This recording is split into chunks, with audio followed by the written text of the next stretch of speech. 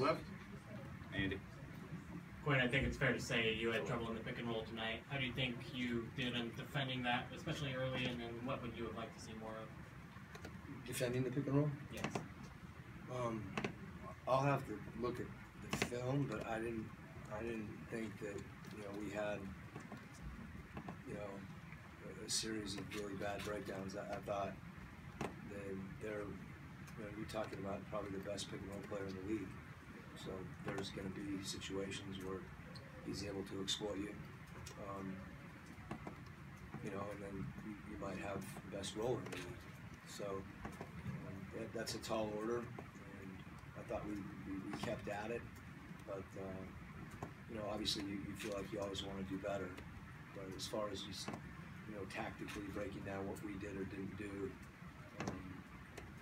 I'd be just kind of, I wouldn't be guessing. I have some ideas, but I'd prefer to kind of get a better handle on it. I just know that they were very good in that, and the ball got into paint a lot. And we talked about that at halftime, and that was, they got in there a lot of ways. We just weren't able to contain the ball. Over here to the right. You could have gone up 2-0, but now it's 1-1. How significant a difference is that, or do you walk out of here feeling pretty good about it? I think no generalizations on either front. I don't know that we feel good. It's hard to feel good after the game. If you step back and we lost the first game and win tonight, we probably feel good. So, it's 1-1. It just kind of is what it is. And they raised their level tonight. And I didn't think we didn't necessarily back down or not play, but I thought they played with an intensity and a level from the beginning of the game. It was impressive, and that's who they are, and that's what we expected, and we've got to raise our level. Aaron, over here to the right. I hate to harp on it so much more, but how much was it just Rudy's absence tonight versus when you look at the points in the paint difference? Yeah, that was that was where the game, that was where we struggled defensively, whether it was the pick and roll or penetration, or Blake Griffin, and we just got to find other ways to protect the paint. That's the challenge. It is what it is, and anytime you don't have a guy that is a defensive player of the year candidate, everybody else has to step up. There's no sense lamenting his absence. We just got to figure out how to be better, and we played a little better the first game. Thought they were really aggressive attacking the rim, and they did a good job, and we've got to, like I said, we've got to raise our level a little bit and continue to compete. Bill, Quinn, kind of to piggyback on that, how much just tougher is it to contain DeAndre when you don't have Gobert to throw at him? What are the challenges without? Yeah, I every time we talk about Rudy not being here, there's a kind of an implication that we're saying if we had him then, and I don't think that's the way that we can't approach the series that way, and we know that because it's happened to us a few times this year.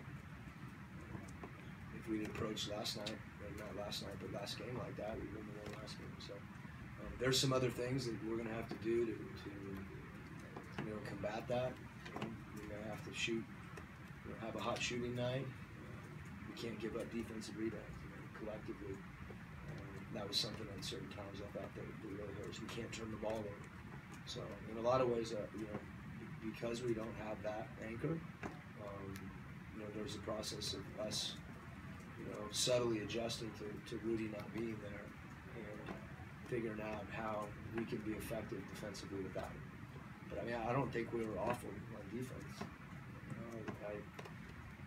I didn't feel that. I thought they were very good, and there were some things we didn't do well. We got hurt in the paint, and obviously pick and roll and post up, those things. But we did some good things still. We weren't good enough to win. far left. When speaking of some good things defensively, the Clippers shooting guards, Jamal and JJ, they've missed 13 out of 14 threes in this series. How have you been able to emphasize the perimeter defense, and do you think that's sustainable with the struggles of the interior defense? As far as it being sustainable, probably not, because those guys are such good players. That doesn't mean we can't don't aspire to that. You know, you're giving something up, and the pressure that they put on the rim, you know, was significant tonight. We weren't not helping off those guys. It just there was a physical advantage around the rim. So however we come back, you know, we'll look at that.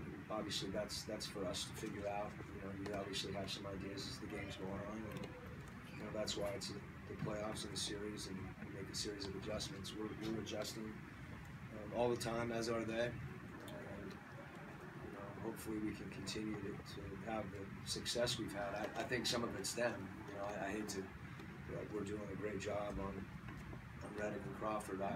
All you have to do is go back a couple games and look what they've done to us. So, you know, I think there's an awareness that our guys have. They're both really good players, and hopefully we can, I wouldn't say get lucky, but hopefully we can kind of continue to make it hard on them. But realistically, they're, you know, both of them are going to break out at some point. Last question here on the room. Coach, both Gordon Hayward and Joe Johnson struggled to get anything going from the field. Yeah. What did the Clippers do differently to this game that forced them to struggle? You know, I didn't think we were. I like the fact that they competed. You know, I think the Clippers are a good defensive team. You know, you know, they were physical with us. You know, we knew that's the nature of the game. That's the playoffs, and you know, it was a good, you know, clean physicality.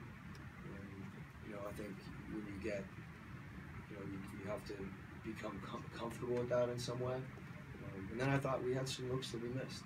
You know, I thought Gordon had some open looks, and so did Joe, and we just got to keep taking those. And you know, it may be a similar game where all of a sudden some of those go in, and it feels better. But more than anything, it made us work, and we were willing to work. I think just it doesn't always go exactly the way you scripted. Thanks, Coach. Okay.